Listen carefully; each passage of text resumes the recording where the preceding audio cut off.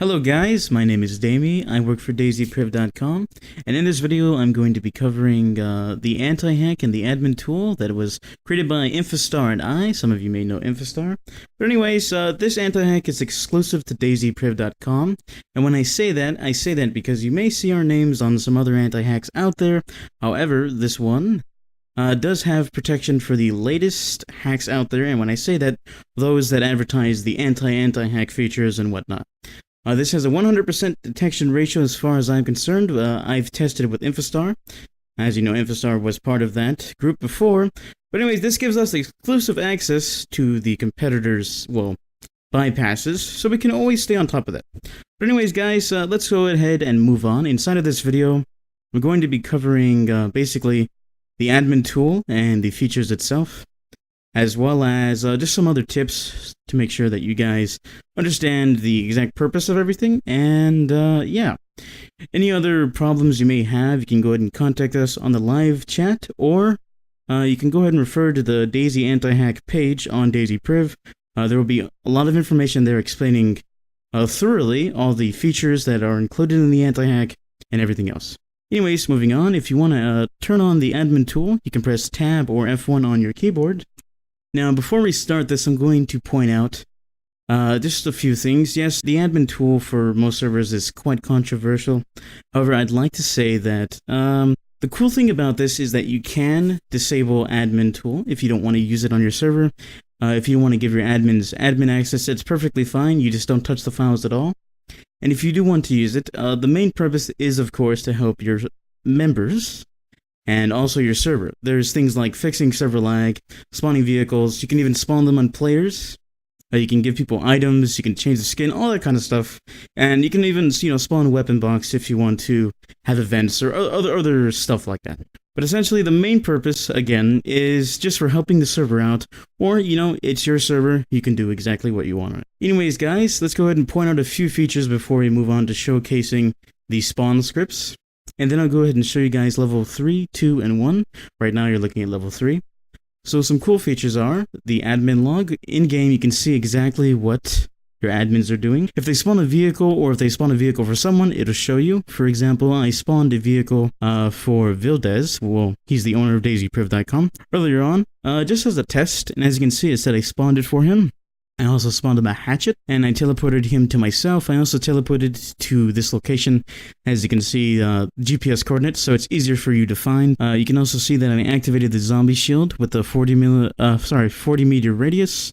Anyways, guys, there's also a keylog, which will show if hackers press anything like keys that are commonly recognized, like insert, or tilde on the keyboard, or shift tilde, or shift P if they try to go to the server control center, which will obviously kick them for script restriction 0. Yeah, also there are exclusive battle filters for the anti-hack servers, so when your server does get installed, and you do buy the anti-hack with it, you have these exclusive features that will protect you not only from hacks, but also basically enhance your logs. It removes most of the clutter that you don't need to see, and only shows you the kicks and what is actually hacks. Moving on, there's also a hacker log. As you can see, there's nothing in these because there's no one trying to hack, but in the inside of this, you'll be able to see what they're caught for, if they're caught for scripts, etc., etc.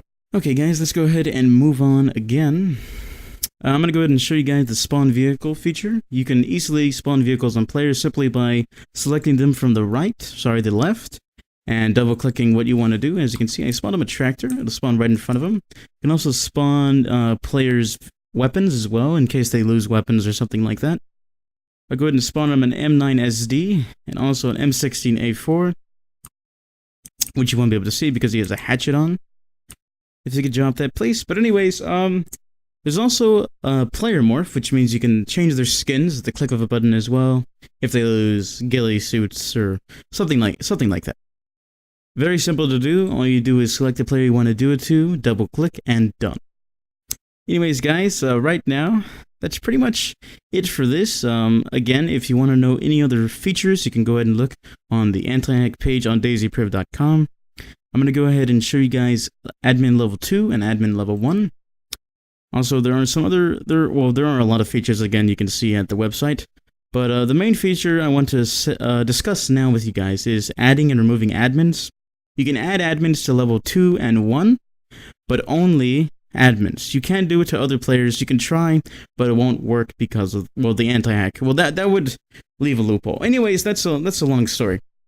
Moving on for this video, before we end it, right now you're probably looking at level 2 and level 1. I'm going to go ahead and add Vildez to level 2 real quick. As you see, it's going to disconnect him. Anyways, so yeah, level 2 has pretty much everything that level 3 has, minus the spawning and god mode. It's basically just for those, you know, you want to trust enough to moderate players. They can spectate view gear, enable player markers and vehicle markers, all that stuff. They can teleport. But if you don't want to trust your admins with that, there's also level 1, which you can see now, which does showcase basically just the viewing of gear. You can view gear live to see what they have in their inventory, to see if they're spawning weapons or whatever stuff like that. If you suspect players, although you really shouldn't have to worry about that kind of stuff. It's very useful if you have a no PvP server and want to see if someone stole something. Anyways, moving on, let's go ahead and take a look at spectating before I close this video, because I know a lot of people are going to ask, well, what about Gcam? Well, it's replaced by spectating. Right now, what I'm going to do is select Vildez from the left, double-click spectate target, and as you can see, I'm now spectating him. I can also go in first person and turn on night vision if he has it, which he does not. Anyways, it shows you their exact mouse position. You can see exactly where they're looking, and yeah. Anyways, guys, that's pretty much it for the video. If you have any questions, be sure to leave us a comment, or of course, you can visit the website, which is in the description, just like the rest of the links provided in the video. We have a live chat, and we also have an email if you guys prefer that.